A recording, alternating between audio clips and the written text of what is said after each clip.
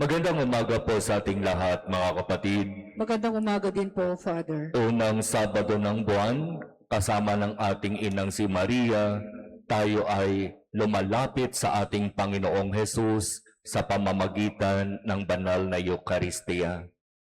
Sa ating mga pagbasa, lalo na sa Ebanghelyo, napakaganda ng ipinababatid sa atin.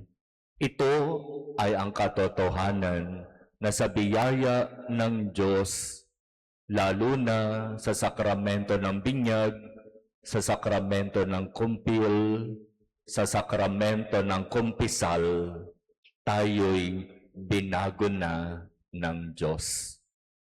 Napatawad na tayo mula sa kasalanang minana sa ating mga ninuno sa bisa ng binyag.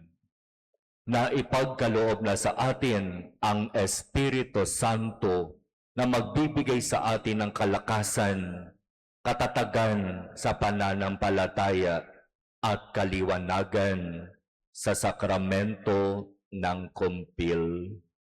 At kung nagkakataon na tayo ay bumabagsak sa kasalanan, ipinagkakaloob ng Diyos sa atin ang biyaya ng kapatawaran sa pamamagitan ng sakramento ng kumpisal. Binago na tayo ng Diyos at patuloy tayong binabago ng Diyos. Kung ito ang napakagandang paalaala sa atin ng ating mga pagbasa ngayon, di ba? Kung binago at patuloy tayong binabago ng Diyos magpahanggang ngayon, ang ating pamumuhay dapat ay naaayon sa kung ano ang inaasahan niya sa atin, di ba? Yung lumang pamumuhay, kahit papaano, dapat tinalikuran na natin. Yung mga masasamang gawa, yung mga hindi magandang mga pananalita, dapat kahit papaano sinisikap na nating iwasan at talikuran. Binago na tayo ng Diyos, kaya dapat tayo ay maging isang bagong nilikha. Bagong nilikha para kay Jesus. Bagong nilikha para sa Diyos. Sa Ebanghelyo, sinasabi, bagong alak sa bagong sisidlang balat. Hindi maaari na ang bagong alak ay ilalagay sa lumang sisidlang balat. Alam na alam ito ng mga pamilyar sa pagnenegosyo ng alak, lalo na noong unang panahon.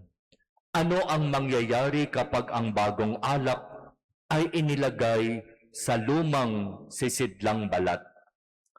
Papuputukin ng bagong alak ang lumang sisidlang balat, sapagkat masyadong matindi ang espiritu ng bagong alak, kaya hindi ito makakayanan ng lumang sisidlang balat.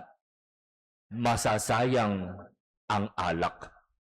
Kaya bagong alak ilalagay sa bagong sisidlang balat. Bagong nilikha, dapat ang pinagsisikapang gawin ay ang mga bagay na makadiyos. Tinatalikuran na ang hindi magandang gawain. Tinatalikuran na ang masamang pamumuhay at hindi magandang pananalita. Bagong buhay, bagong nilikha. Ganyan sana tayo. At iyan ang napakagandang biyayang hingin sa Diyos sa tulong ng mga panalangin ng mahal na Birheng Maria.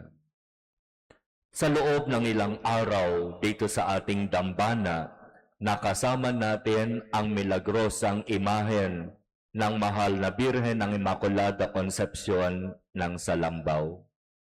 Marami ang parabang kaagad iniisip at mabilis na sinasabi kapag nagsayaw ka daw sa obando, magkakaanak ka. Papaano ko ang nagsayaw? Lalaki. Dito sa atin, nung dumating siya, may mga nagsayaw, matanda na. Sabi nung isang matanda, Father, nagsayaw ako kanina. Bakit po humihingi pa ba kayo ng anak? Pwede rin. Kanina bago magprosesyon, merong ilan nag-uusap-usap. Dito ako susunod sa mahal na Birhen ng Salambaw kasi gusto ko pang magkaanak. Ang nagsasalita, Senyor, ano ba yung maaaring ilapit na kahilingan at panalangin sa Diyos sa tulong ng panalangin ng mahal na Birheng Maria? Alam niyo po, ang pinakamabilis ibigay na kahilingan ay yung kahilingan kung papaanong tayo ay mapapalapit sa Diyos. I-try nyo. Humiling kayo ng biyaya na mas mapalapit sa Diyos, maiwasan ang masamang pamumuhay, maiwasan ang hindi magandang pananalita, at unti-unti ipagkakaloob yan. Amen. Kung minsan nga, di ba, hindi mo na kailangan pang humingi. Alam na ng Diyos ang kung ano ang kailangan mo para ikay mas mapalapit sa Diyos. Kaya sa ating sama-samang pananalangin sa ating banal na misa, kasama ng ating inang si Maria, hingin natin sa Diyos ang biyaya na tunay nawa tayong mamuhay bilang mga bagong nilikha upang tunay na magkaroon tayo ng bagong buhay ayon sa biyaya ng Diyos. At ipagkaloob nawa ng Diyos sa atin ang biyayang ito. Amen.